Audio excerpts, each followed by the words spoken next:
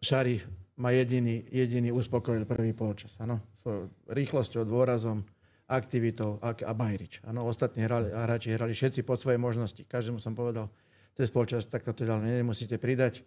Urobili sme zmeny, dali sme hneď rýchly gól, ale potom sme sa nepresadili. Už aj viac menej s takou únavou v útoku, že mal som tam len Mecoka, už aj Strelo mal dosť, aj Tigran. S prístupom nemôžem povedať na nikoho ani slovo. Ani na Medvedeva, ani na Gajdoša, ani na Foheta. To bolo v poriadku, len futbal je aj o kvalite, o góloch, o dobrej defenzíve.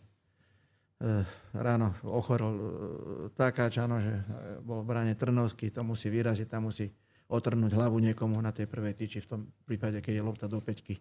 Z tohto pohľadu vždy sú nedostatky, ale hrali sme nie zle, hrali sme nie výborne, ale hrali sme do zavretej obrany. Mali sme šance, ale v útoku sme boli dneska jaloví, keď to tak poviem po slovensky.